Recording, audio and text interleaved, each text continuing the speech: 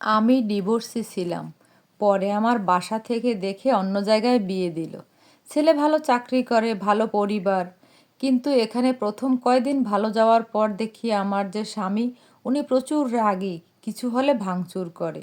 আমার যে বর্তমান শাশুড়ি, তিনি আমাকে দিয়ে কাজ করাতেন না, কিন্তু যদি একটু এদিক ওদিক হতো তবে অত্যন্ত বাজেভাবে কথা বলতো। একবার আমার হাতের মেহেদি প্লেটে লাগলো। ওদিকে আমার বোনকে দেখিয়ে বলল, দেখো তোমার বোন এসবই করে যায়।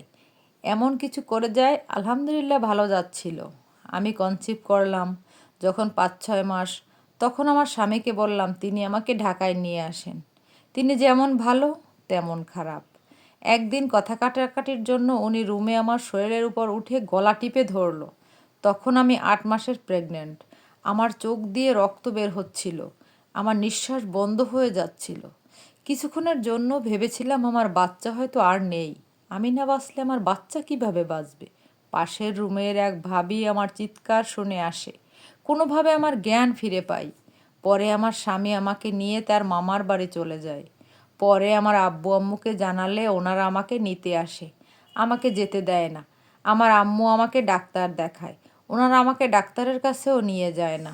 ডাক্তার আমাকে দেখার পর সব শুনে পুলিশ কেস করতে বলছিল, কিন্তু মান সম্মানের জন্য করি না, যেহেতু এখনও সে আমার স্বামী।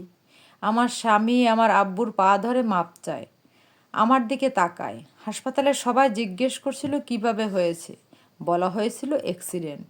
আর যে জানে সে বলে ওই স্বামীর কাছে জানি আর না যেতে দেয়। কিন্তু তখন আমি 8 মাসের বেশি প্রেগনেন্ট। আমি আর আমার পরিবার চাচ্ছিলাম না যে এই বাচ্চাটা বাবার পরিচয় ছাড়া বড় হোক। পরে আমার বাবা মা আমাকে বাসায় নিয়ে আসে। এখানে আমার বাবু হয়। আমার বাবু হওয়ার সময় রাতে তার বাবা ঢাকা থেকে আসে। প্রথমে ভালো ছিল। পরে আমি শ্বশুরবাড়ি গেলে ওনারা আমার বাচ্চাকে বুকের দুধ খাওয়ায় না, তাই আমার থেকে বাচ্চা রেখে দিতে চায়। এজন্য আমি আমার বাবার বাড়ি চলে আসি। আমার বাচ্চার কোনো খরচ তারা দেয় না। দাদা দাদি কেউ খোঁজ নেয় না। আমি এখন নিজে একটা চাকরি করি। সেই টাকা দিয়ে বাচ্চার দুধ আর বাকি খরচ চালাই। এখন আমার বাচ্চার বয়স 1 বছর। ওর দুষ্টামি দিনকে দিন বেড়ে চলেছে। আমি কিভাবে যে ওকে একা বড় করব সেটাই ভাবছি। একটা আপু তার বাস্তব জীবনের গল্পটা এখানে লিখে পাঠিয়েছেন। যদিও এটা গল্প আকারে বলা হয়েছে, কিন্তু এখানে আপুটা তার বাস্তব জীবনের কথাগুলো লিখে পাঠিয়েছেন। আসলে এটা যে একটা আপুর গল্প, ব্যাপারটা এরকম না। আমাদের প্রত্যেক ঘরে ঘরে কিন্তু মেয়েদেরকে এরকম নির্যাতন সহ্য করতে হয়।